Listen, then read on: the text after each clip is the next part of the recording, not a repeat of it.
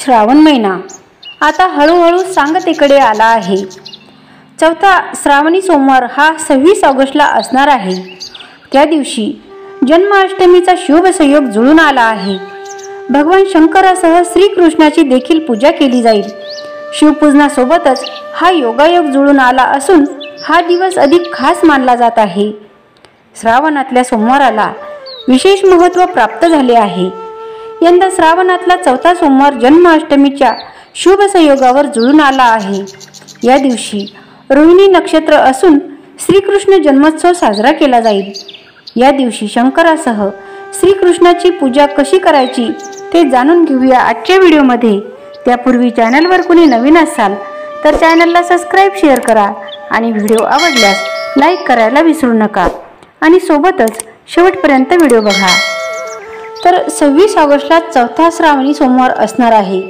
या दिवशी शश योग, सर्वार्थ सिद्धी योग, गजकेसरी योगासह धन योग आणि त्रिग्रही योगाचा शुभ संयोग जुळून आला आहे।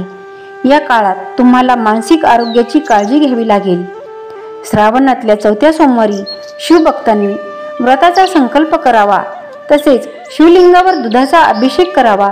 यानंतर भगवान शंकरासह श्रीकृष्णाचे ध्यान करायचे। ओम सोमेश्वराय नमः या मंत्राचे पठण करावे। चौथ्या श्रावणी सोमवारी शिवामूठ म्हणून जव वाहिले जाईल। तर शिवमूठ वाहताना हा मंत्र म्हणावा। श्रावणातल्या तिसऱ्या सोमवारी शिवमूठ वाहताना नमः शिवाय शांताय पंचवक्राय शूलने शृंगी भृंगी महाकाल नियुक्ताय शंभवे या मंत्राचे पठण करावे। तसेच घरातील शिवलिंगाची विधिवत पूजा करावी। या दिवशी श्रीकृष्णाचे स्मरण करावे।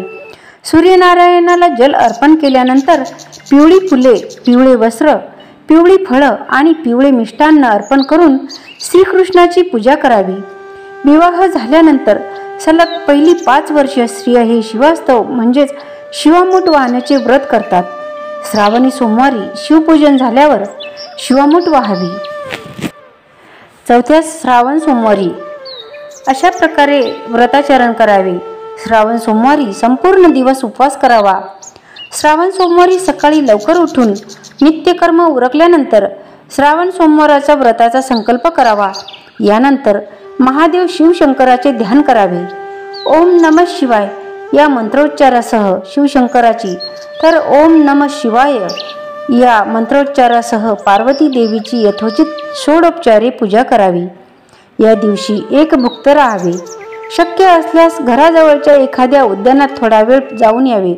अशा तऱ्हेने हे व्रत एकूण 14 वर्ष करून मग त्याचे यथासांग उद्यापन करावे। असे सांगितले जाते की देशभरातील कोट्यावधी शिवभक्त या दिवशी महादेव शिवशंकराची विशेष पूजा करतात। जलाभिषेक आणि रुद्राभिषेक मोठ्या भक्तिभावाने केला जातो।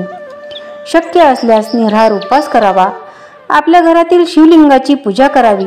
जर शिवलिंग उपलब्ध नसेल तर शिवाच्या प्रतिमेची पूजा करावी।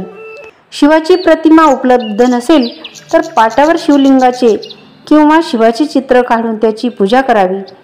वरीलपैकी काहीही शक्य नसेल तर केवळ शिवशंकराचा ओम नमः शिवाय हा नाममंत्र लिहूनही त्याचा जप करावा। शिवशंकराला प्रिय असलेले बेलाचे केवळ एक पान जरी वाहिले तरी सर्व पूजेचे पुण्य प्राप्त होते अशी मान्यता आहे।